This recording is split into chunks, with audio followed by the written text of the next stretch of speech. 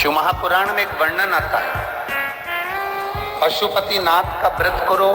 16 सोमवार का व्रत करो, सोमवार का व्रत करो, शिवरात्रि का व्रत करो, चतुर्थी का व्रत करो, तीज का व्रत करो, एकादशी का व्रत करो, पूर्णिमा का व्रत करो, आपका मन पड़े वो व्रत करो। व्रत करने की मना नहीं, पर शिव महापुराण कहती है, शंकर भगवान का चरित्र कहता है कि व्रत करने वाले को सबसे बड़ा नियम एक धारण करना चाहिए। सबसे बड़ा व्रत का नियम कौन सा है कि जो व्रत करे, दिन भर भूखा रहे, दिन भर कुछ ना खाए और अपनी कामना के लिए भगवान शंकर की आराधना करते हो, भगवान शिव की उपासना करते हो, और कोई आया तुम्हारे पांव को छुआ, प्रणाम करा, और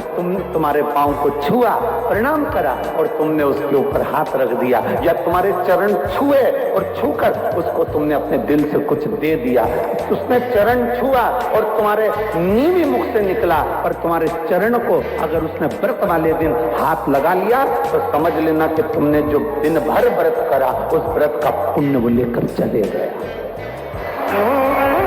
तुम्हारे व्रत का पुण्य वो लेकर चले गया। कई माताएं कहती हैं हमने पशुपति व्रत करा था, हमने ये वाला व्रत करा था, हमारा व्रत तो सफल ही नहीं हुआ, हमारी पड़ोसन ने व्रत करा, उसका व्रत सफल हो गया। कारण उसका ये है कि तुम्हारा व्रत जिस दिन था उस दिन तुम्हारे कोई ना पांव पड़ा होगा, पांव पड़ा, चरण छुआ, और सबसे बड़ी बात है तुम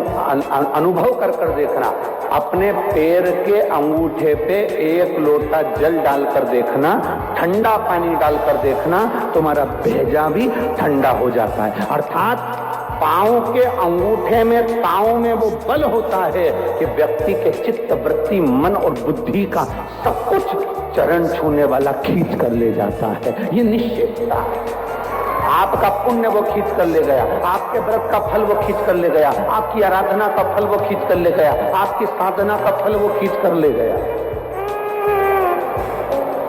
हमारा एक नियम है, आप लोगों को मालूम होगा, हम कई बार कथा में कहे, हम कभी भी चरण नहीं छूने देते, स्त्री को तो छूने ही नहीं देते, माताओं को तो बिल्कुल भी नहीं, क्योंकि हम आपको जी बोलते हैं, और आप हो गई हमारी बहन और भाई के चरण छुओ तो अच्छी बात थोड़ी ना। हम तुम्हारे छू लें पर तुम हमारे मत छू। और हम जितने भी भाई लोग बैठते हैं इनको जीजा कहते हैं, इनसे हम हमारे चरण छुआ लेते हैं क्योंकि जीजा और साले की चल जाती है, इनकी और हमारी चल जाती है, तुम्हारी नहीं चलेगी। चरण की बड़ी मात,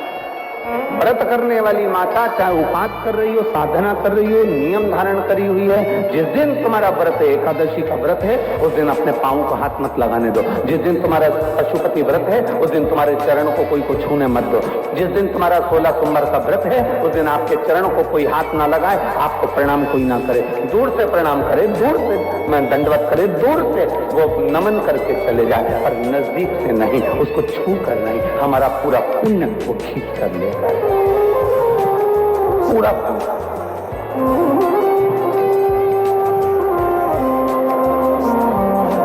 भगवान नारायण के चरण दिखते हैं,